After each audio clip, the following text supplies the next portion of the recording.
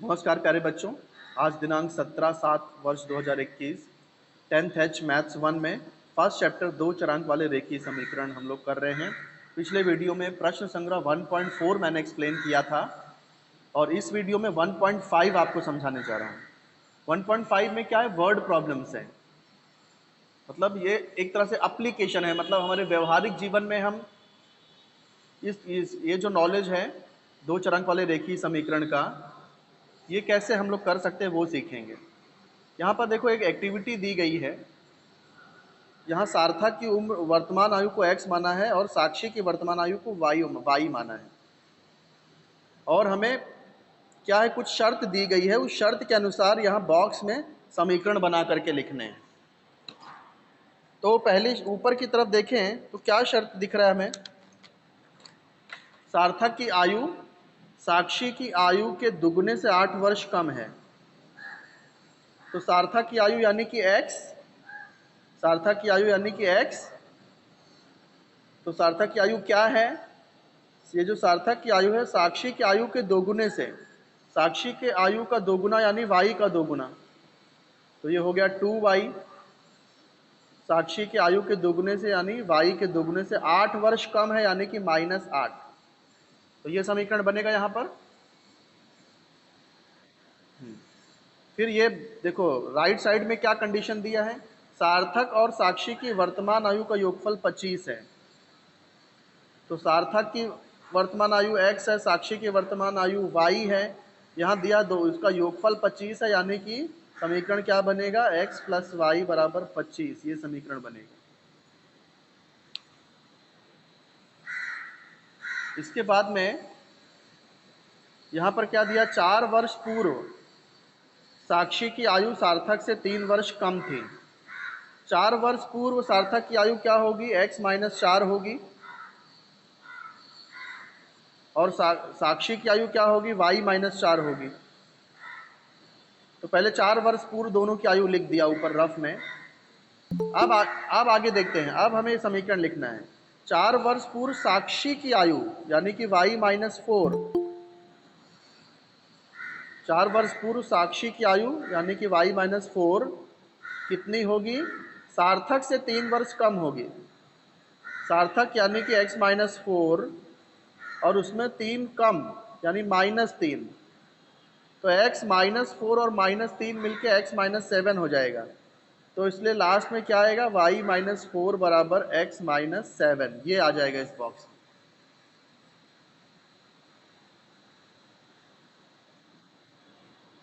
तो इस तरह से ये एक्टिविटी आपको करनी है। तो जैसे मैंने यहाँ पर क्या दिया देखो, एक को x माना, एक को y माना और फिर दी गई शर्त के अनुसार समीकरण बनाया। तो हर सवाल में हमको यही करना है बेटा। बाकी के उदाहरण हल किए गए हैं, तो इसलिए आप लोग ये सारे सॉल्यूशन को देखना और खुद से समझने की कोशिश करना। और जहाँ पर ना समझ में आए तो उसे मैं एक्सप्लेन करूँगा। उदाहरण को भी समझना जरूरी है बेटा, क्योंकि उदाहरण से भी क्वेश्चन परीक्षा में आते हैं। क्योंकि उदाहरण सॉल्व है इसलिए मैं उसे नहीं करा रहा हूँ, वो आप लोग खुद से प्रैक्टिस करिएगा। मैं सीधा प्रश्न संग्रह 1.5 में आता हूँ क्योंकि इसका सोल्यूशन आपके पास नहीं होगा। तो आइए शुरू करते हैं प्रश्न संग्रह 1.5। इसका पहला सवाल देखो। सबसे पहले आपको करना क्या बेटा, सबसे पहले यह देखना है कि ज्ञात क्या करना है। यहाँ दो संख्याएं हैं और हमें वो संख्या ज्ञात करना है। तो जो भी दो चीजें ज्ञात करनी होंगी उसमें से एक को x मान लेंगे, एक को y मान लेंगे। हाँ, तो सबसे पहला काम हमने क्या पता लगा लिया कि दो संख्याएं ज्ञात करनी है। तो हम लोग मान लेंगे, माना एक संख्या x है और एक संख्या y है। इसमें से देखो एक संख्या बड़ी है, एक संख्या छोटी है। तो किसी एक को x मान लेंगे, माना बड़ी संख्या बराबर x तथा छोटी संख्या बराबर y। अब हम लोग शर्त देखेंगे, शर्त क्या दी है, दो संख्याओं का अंतर 3 है। अंतर का मतलब होता है माइनस, बड़ी में से छोटी को माइनस करने पर करते हैं तो उसको अंतर बोलते हैं। दो संख्याओं का अंतर 3 है तो अंतर 3 है, तो पहली शर्त के अनुसार क्या समीकरण बनेगा? पहली शर्तानुसार पहली शर्त क्या दी है कि इन दोनों संख्याओं का अंतर 3 है, तो दोनों संख्याओं का अंतर यानी x माइनस वाई, और वो हो गया 3। तो ये हो गया समीकरण नंबर 1। अब हम दूसरी शर्त देखेंगे और उसके अनुसार दूसरा समीकरण लिखेंगे। दूसरी शर्त क्या है? बड़ी संख्या का 3 गुना, बड़ी संख्या का 3 गुना यानी कि x का 3 गुना, हाँ, बड़ी संख्या का 3 गुना और छोटी संख्या के का 2 गुना, बड़ी संख्या का 3 गुना और छोटी संख्या का 2 गुना यानी 2y,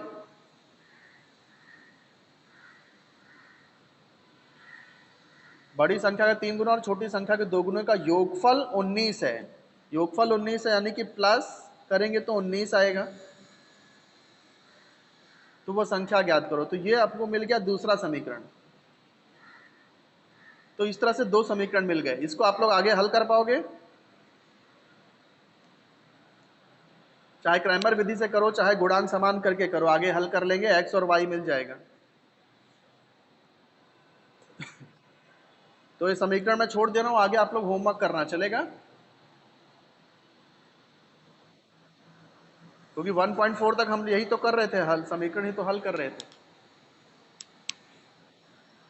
तो आगे मैं नहीं कर रहा हूं, सीधा सेकंड पे आ जा रहा हूं मैं। सेकंड पे एक्टिविटी दी है, देखो एक्टिविटी क्या दी है। एक आयत है और इस आयत में देखो यहाँ पे ये चौड़ाई 2y दी है, ये ये भी चौड़ाई x प्लस 4 है। फिर ये लंबाई देखो 2x प्लस वाई प्लस 8 है, और ये वाली लंबाई 4x माइनस वाई है। तो x और y का मान ज्ञात करना है, और बाद में क्षेत्रफल और परिमिति ज्ञात करनी है इस आयत की। तो इसे हम लोग कैसे करेंगे? देखो बेटा, आप लोग जानते हो कि आयत में सम्मुख भुजा बराबर होता है, सम्मुख भुजा का जो मान है वो बराबर होता है। तो ये देखो यहाँ ये लंबाई 2x प्लस वाई प्लस 8 दिया है, और यहाँ लंबाई 4x माइनस वाई दिया है।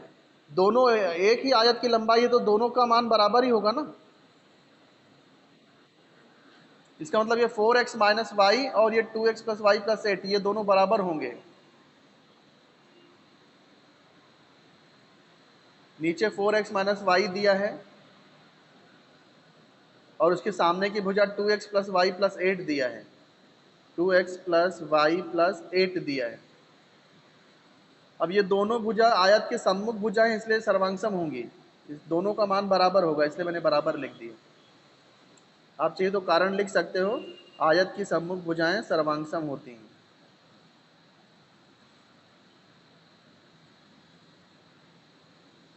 आयत की सम्मुख भुजाएं सर्वांगसम होती हैं। अब इसको हम लोग सॉल्व करेंगे। कैसे सॉल्व करेंगे? जो सजातीय पद है x और x एक तरफ, y एक तरफ, और जो अचरांक है वो एक तरफ हो जाएगा। तो 4x, उसके बाद ये 2x यहाँ प्लस है तो ये साइड में आएगा तो माइनस 2x हो जाएगा। फिर ये माइनस वाई, ये प्लस वाई भी इधर ये साइड में आके माइनस वाई हो जाएगा, और ये इक्वल टू 8 यहाँ बच गया। 4x माइनस 2x करेंगे तो 2x आ जाएगा, माइनस वाई क्या हो गया? Minus 2y is equal to 8 हो गया। ये समझिए आपका समीकरण नंबर 1 हो गया। समझे कैसे आया समीकरण 1?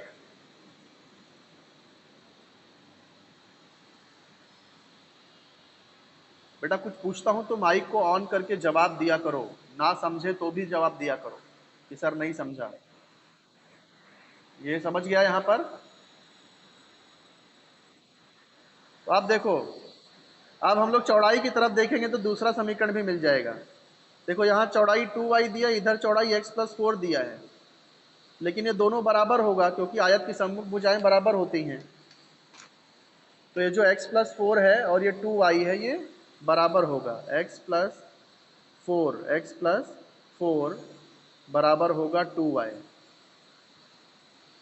अब ये 2y को इधर ये लेफ्ट साइड में ले लो, 4 को राइट साइड में ले लो, तो x ये प्लस 2y इधर आके माइनस 2 हो जाएगा, और ये प्लस 4 यहाँ आके माइनस 4 हो जाएगा। ये हो गया समीकरण नंबर 2। अब समीकरण 1 हमको पीछे मिल चुका है। तो समीकरण 1 क्या था वो लिख देते हैं। समीकरण 1 था 2x माइनस 2y बराबर 8। ये है था अपना समीकरण नंबर 1। यहाँ देखो 2y का गुणांक समान है पहले से ही, तो हम लोग क्या करेंगे, इसका इस नीचे का चिन्ह चेंज कर देंगे तो 2y कैंसिल हो जाएगा, x मिल जाएगा। फिर x का मान किसी भी समीकरण में डाल देंगे, y मिल जाएगा, तो x और y का मान मिल जाएगा। चलो इसको करते ही हैं, कर ही देता हूँ मैं। चलो इसको सॉल्व करता हूँ मैं। ये दोनों माइनस में है तो कटेगा नहीं, ये एक का चिन्ह बदलना पड़ेगा, तो ये चिन्ह बदल दिया। एक का चिन्ह चेंज किया तो सबका चिन्ह चेंज करना पड़ेगा, और इसको हम लोग क्या लिखेंगे, घटाने पर। -2y + 2y कैंसिल हो जाएगा, x - 2x आ जाएगा -x, -4 और -8 मिलके -12 हो गया, माइनस माइनस कैंसिल, ये हो गया x बराबर 12। इस x का मान समीकरण 1 या 2 में से किसी में भी रख दो। हाँ, x का मान समीकरण 2 में रखने पर, तो समीकरण 2 क्या है, x - 2y बराबर -4 है।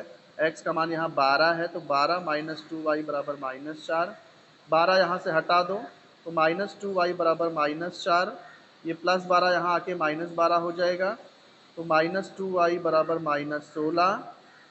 तो y बराबर, ये -2 हट जाएगा, ये माइनस कट कर दो पहले, माइनस दोनों का कट जाएगा तो 2y 16 हो जाएगा। 2 यहाँ से हटा दो तो 16/2 हो जाएगा, y का मान आ जाएगा 8। x का मान 12, y का मान 8। तो ये जो पूछा था x और y का मान ज्ञात कीजिए, वो मिल गया। अब आगे क्या पूछा है, क्षेत्रफल ज्ञात करना है। तो आयत का क्षेत्रफल, क्षेत्रफल के लिए आपको लंबाई और चौड़ाई ज्ञात करनी पड़ेगी, क्योंकि आयत का क्षेत्रफल का सूत्र क्या है, लंबाई गुणे चौड़ाई।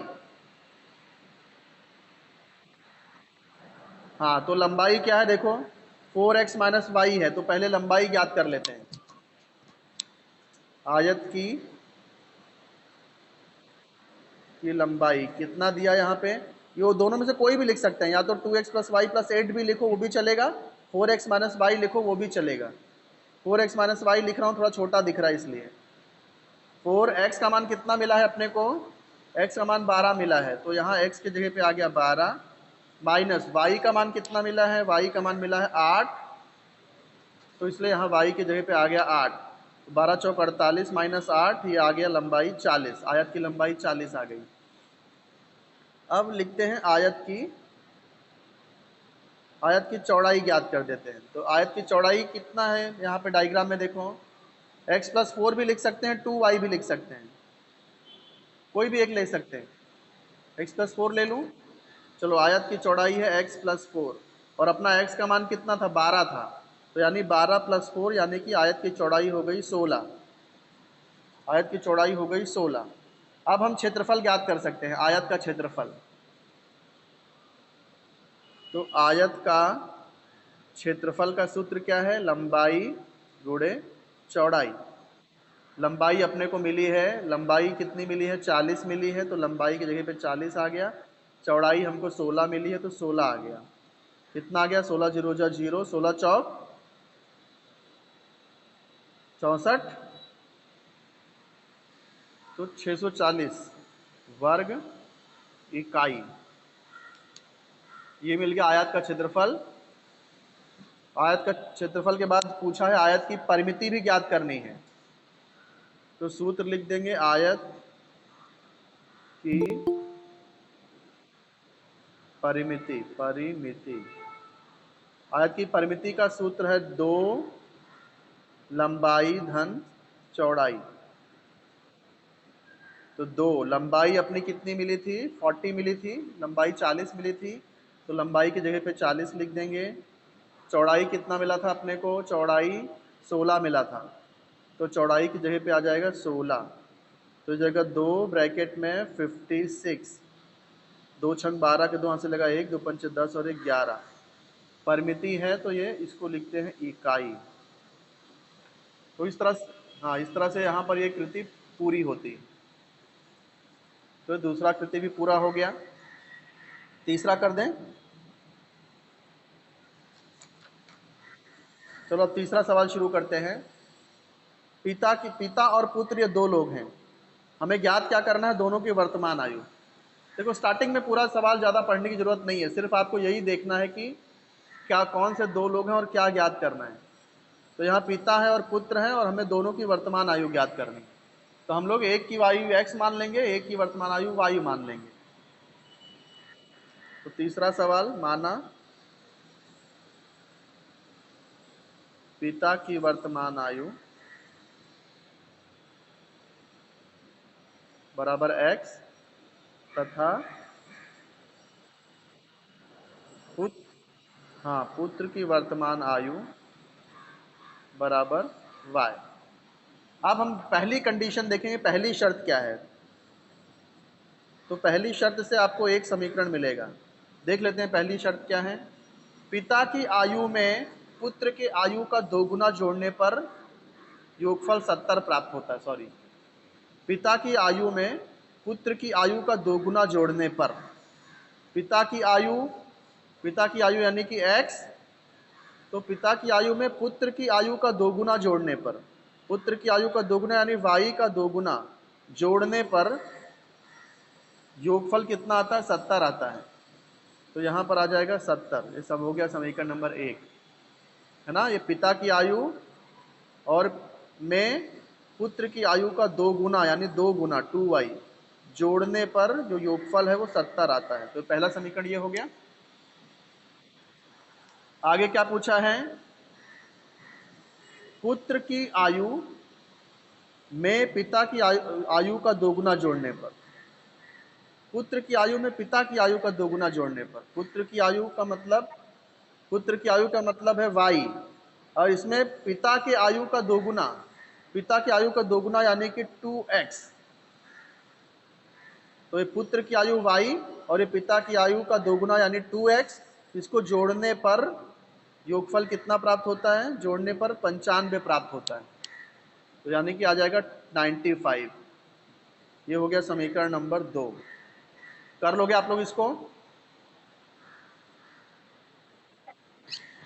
समीकरण समीकरण 1 में या 2 में, किसी भी एक में 2 से गुणा कर दो। एक में करो तो 2x हो जाएगा, ये 4x हो जाएगा और ये 140 हो जाएगा। बाद में 2x कैंसिल करने के लिए नीचे का चिन्ह चेंज कर देना, y मिल जाएगा। y का मान किसी भी समीकरण में डाल देना, x मिल जाएगा। तो x और y मिल गया, मतलब x और y का जो मान रहेगा वही पिता और पुत्र की वर्तमान आयु का मान होगा। आगे खुद से करोगे आप, क्रैमर के नियम से भी कर सकते हो। क्रैमर के नियम से करो, चाहे आलेख पद्धति से करो, चाहे गुणांक समान करके करो, 3 विधि है आपके पास में। ज़्यादातर लोग गुणांक समान करके हल करते हैं। चलो आ जाते हैं चौथे सवाल पर। चौथा सवाल क्या है, एक भिन्न है। भिन्न किसको बोलते हैं, भिन्न जो बटे में होता है, जैसे 2/3। तो ये 2/3 क्या है, एक भिन्न हो गया। इसमें देखो ऊपर, हाँ, इसमें ऊपर वाले को बोलते हैं अंश और नीचे जो नंबर होता है उसको बोलते हैं हर। जैसे मैं अगला भिन्न लिखूं 5/6, ये एक भिन्न है। इसमें अंश कितना है और हर कितना है, 6 है। तो ऐसे ही देखो यहाँ पर, किसी भिन्न का हर उसके अंश के दोगुने से 4 अधिक, यानी भिन्न है, उसमें हर और अंश दो चीजें हैं, हमें वो भिन्न ज्ञात करना है। तो भिन्न ज्ञात करना है तो हम लोग क्या करेंगे, अंश को x मान लो, हर को y मान लो। तो चौथे सवाल में हम लोग मान लेंगे, पहला स्टेप यही होगा, माना भिन्न का अंश, भिन्न का अंश जो है x है, तथा भिन्न का जो हर है वो y है। अब हम लोग पहली शर्त देखेंगे। पहली शर्त क्या है, पहली शर्त के अनुसार हम लोग को पहला समीकरण मिलेगा। तो पहली शर्त क्या है, देखो, भिन्न का हर उसके अंश के दोगुने से 4 अधिक है। भिन्न का हर उसके अंश के दोगुने से 4 अधिक है। भिन्न का हर उसके अंश के दोगुने से, यानी कि x के दोगुने से 4 अधिक है।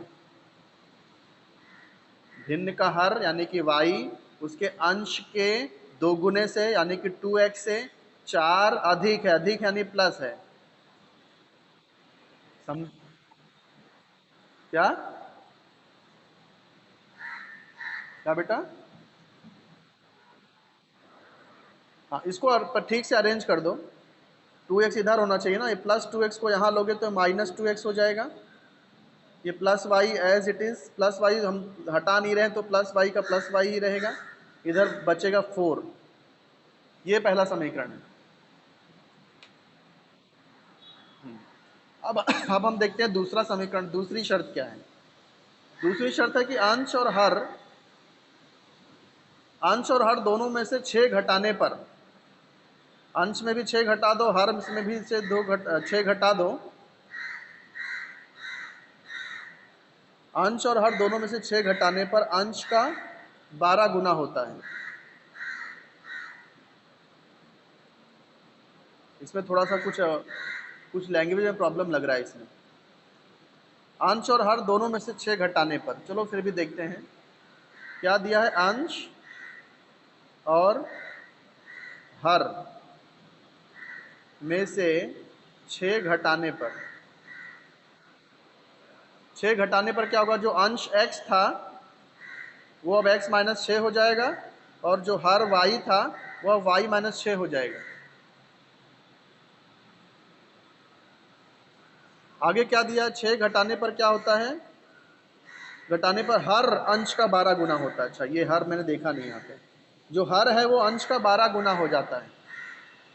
क्या हो जाता है? ये जो हर है वो अंश का 12 गुना हो जाता है। तो हर कितना है अपना? हर y माइनस 6 है। 6 घटाने पर हर अपना कितना हो गया था? y माइनस 6 हो गया था। 12 गुणे अंश कितना हो गया था? x minus 6। तो अंश कितना आ गया? x माइनस 6 आ गया। अब इसको हम लोग हल करेंगे। ये y माइनस 6, 12 इंटू एक्स करेंगे, 12x माइनस 12 छंग 72। 12x को लेफ्ट साइड में ले लो तो ये माइनस 12x, ये प्लस वाई है तो प्लस वाई रहेगा, इज इक्वल टू ये माइनस 72 ऐसे ही रहेगा। माइनस 6 ये साइड में लेंगे तो प्लस 6 हो जाएगा। यहाँ पर 12x को मैंने लेफ्ट में ले लिया, माइनस 6 को राइट में ले लिया, यही किया है।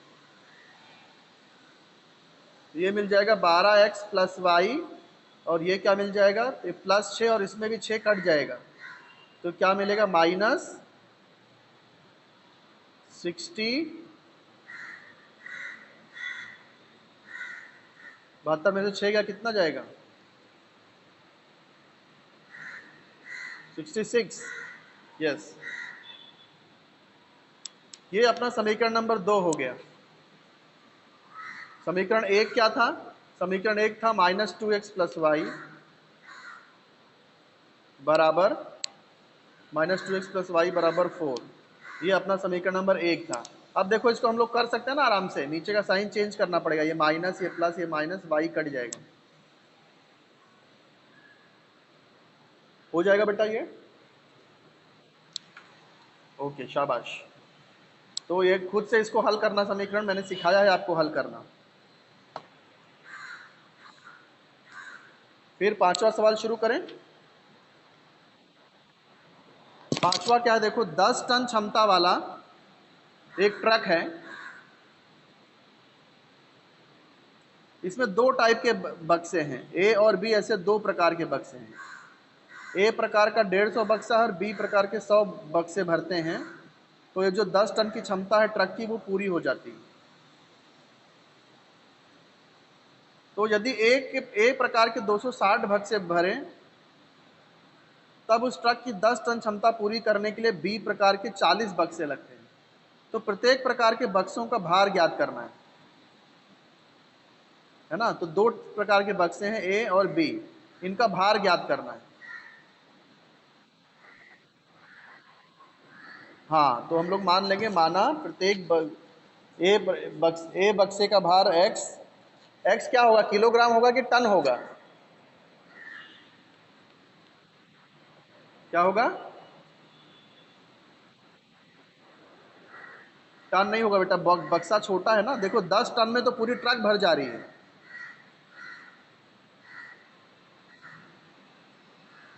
ये टन और किलो का संबंध जरा समझ लो बेटा। 1000 किलो जब होता है तब 1 टन होता है।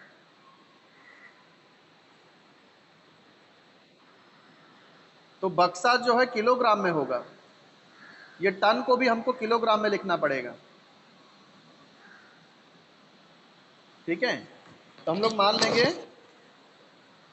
कौन सा सवाल है, पांचवा सवाल है, माना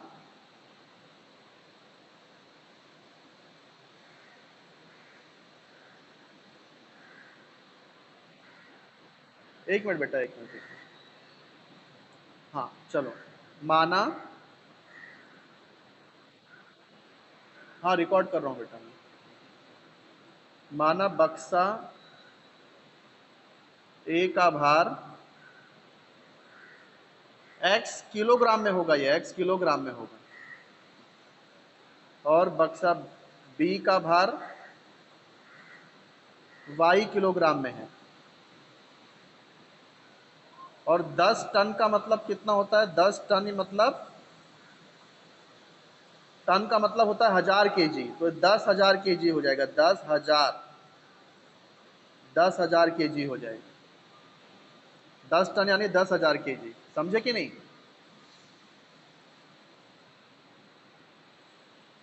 अब आगे सवाल, पहली शर्त देख लेते हैं।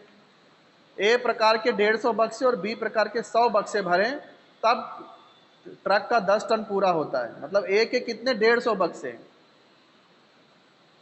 ए के 150 बक्से हैं। तो देखो, ए वाला एक अगर बक्सा का एक्स है, तो 150 बक्से का भार कितना हो जाएगा, 150 एक्स किलो हो जाएगा। ए का एक बक्सा है तो एक्स किलो है, तो 150 बक्सा है तो 150 एक्स हो जाएगा वजन। बेटा जवाब दो, हाँ या ना। ऐसे ही देखो, बी के कितने बक्से हैं, बी के 100 बक्से भरे हैं, तो बी का एक बक्सा वाई किलोग्राम का है, तो 100 बक्सा 100 वाई किलोग्राम का होगा। अब क्या बोल रहा है कि 150, ए वाले 150 बॉक्स और बी वाले 100 बॉक्स भरते हैं, तो कुल कितना वजन हो जाता है, 10 टन हो जाता है। 10 टन हो जाता है, यानी कि 10,000 किलो हो जाता है ये आपका समीकरण एक हो गया। हाँ, अब आगे क्या दिया है देखो, ऐसे ही ए प्रकार के 260 बक्से अगर भरते हैं, ए प्रकार के 260 बक्से, बक्से मतलब 260 एक्स, हाँ, तो 10 टन पूरा पूरा करने के लिए बी प्रकार के 40 बक्से लगते हैं, यानी बी प्रकार के 40 बक्से लगेंगे, यानी 40 वाय वजन हो गया, तब जाकर के 10,000 वजन पूरा होता है, ट्रक का 10,000 किलोग्राम पूरा होता है। ये सेकेंड इक्वेशन मिल गया। अब इसको हम लोग को सॉल्व करना है।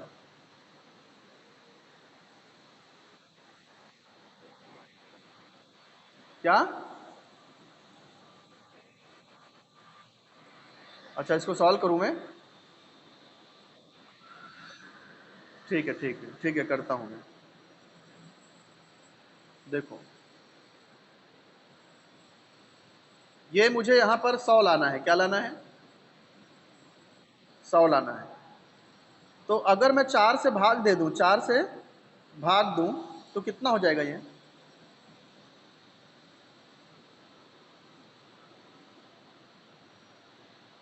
बोलो बेटा, 40 में 4 से भाग दे दूं तो कितना हो जाएगा? नहीं बेटा, 40 में 4 से भाग दूं तो कितना हो जाएगा ये? 4 दाम में 40, 10 हो जाएगा ना। पर तो अगर मैं यहाँ 4 से भाग दूं, सब में 4 से भाग दूं तो 10 हो जाएगा, लेकिन मुझे 100 करना है, तो वापस क्या करना पड़ेगा, किससे गुणा करना पड़ेगा?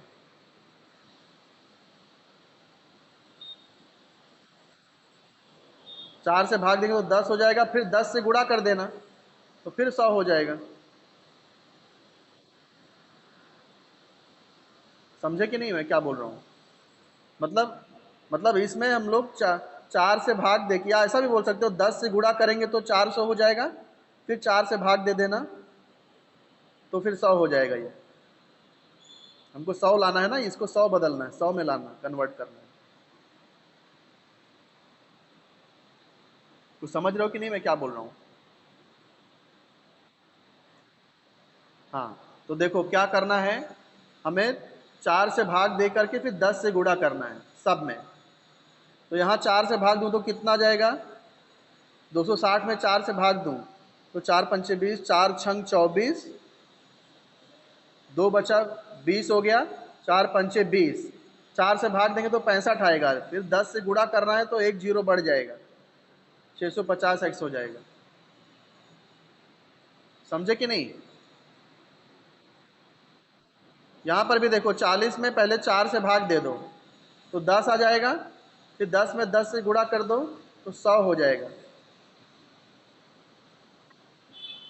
ऐसे यहाँ भी देखो 10 है, 4 से भाग दे देते हैं, 4 से भाग देंगे तो क्या आएगा, 4 दूनी 8, 2 बच गया तो 20 हो गया, 4 पंचे 20, फिर ये 4 जीरो जा जीरो, 4 जीरो जा जीरो, 2500 हो जाएगा। 10 से गुणा करेंगे तो एक जीरो बढ़ जाएगा, तो ये मिल गया समीकरण नंबर 3, 25,000 हो गया। अब देखो समीकरण 1 और 3 में y का गुणांक 100 है, तो इसको हम लोग हल कर सकते हैं। अभी ये समीकरण 1 और 3 एक के नीचे एक लिख लेते हैं अगले पेज पर। क्या है समीकरण 1 अपना 150x, 150x प्लस 100y बराबर 10,000, यह है समीकरण नंबर 1।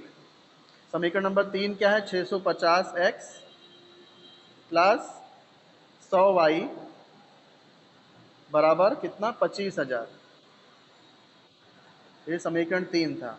अब ये 100y को काटना है तो ये चिन्ह चेंज करना पड़ेगा, ये चिन्ह चेंज किया तो ये भी चेंज हो जाएगा, ये भी चेंज हो जाएगा, 100y कट जाएगा, ये कितना हो जाएगा, जीरो, 5 में से 5 गया जीरो, सॉरी हाँ ठीक है, 6 में से 1 गया 5, माइनस 500 आ जाएगा, ये 150 और इसका 150 कटेगा तो माइनस 500 एक्स हो जाएगा ये। और ये क्या हो जाएगा, देखो ये 10,000 है और 25,000 है, तो 25, ये 10,000 और इसमें भी 10,000 कट जाएगा तो कितना आएगा, माइनस 15,000।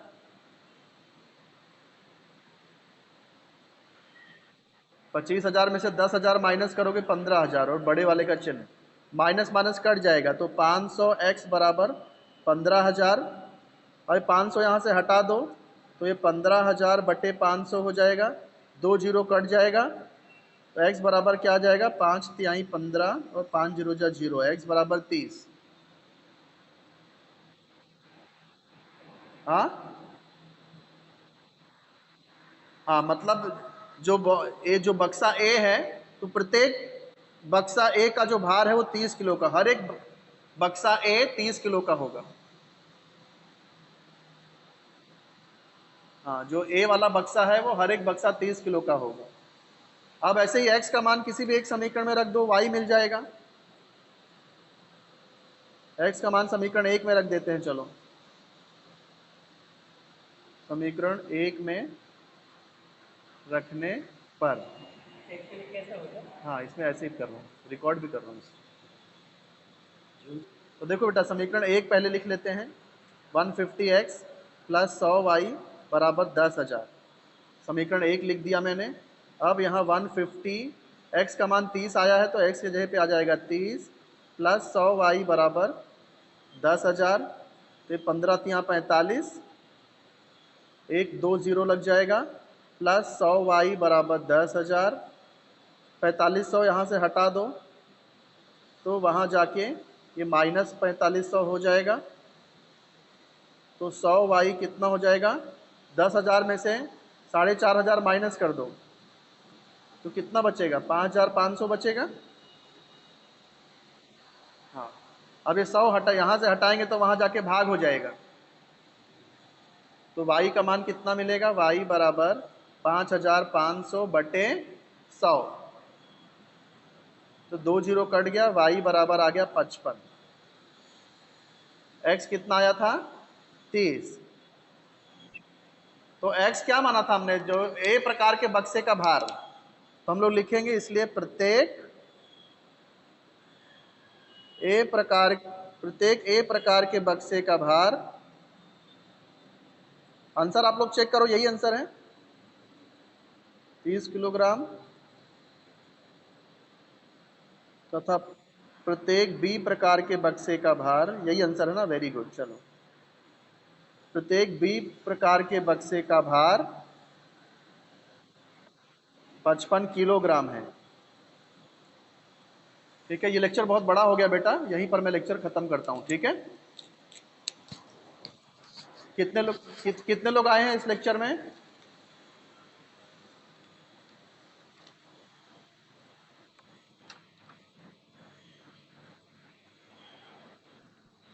ते, 13 लोग आए हैं लेक्चर में। ठीक है, बहुत कम लोग आते हैं बेटा, और भी लोग को बोलो लेक्चर ज्वाइन करने के लिए, नुकसान हो रहा है ये।